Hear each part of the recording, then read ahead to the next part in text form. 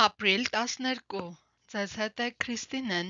նմանվել Քրիստոսին ասել է խորը ցանկությամբ սերտել, ճանաչել և կատարել իր խոսքը։ Ողջույն, բոլորիդ մաղթում եմ ուրախ ապրիլի 12 և տարվա 15-րդ շաբաթ։ Այս շաբաթ 3 անգամ ևս կարդանք Հռոմեացիս 6:12-13, որպեսզի այն մտապահենք և հիշենք մեր կյանքերի մեջ։ Առաջին անգամ ես կկարդամ.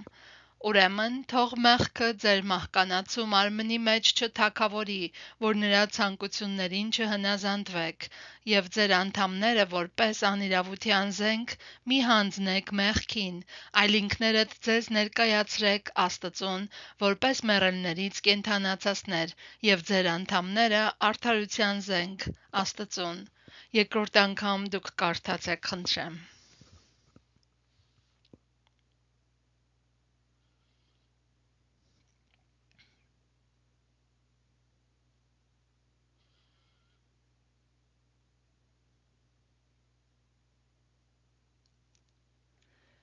Եվ երրորդ անգամ եկեք միասին կարդանք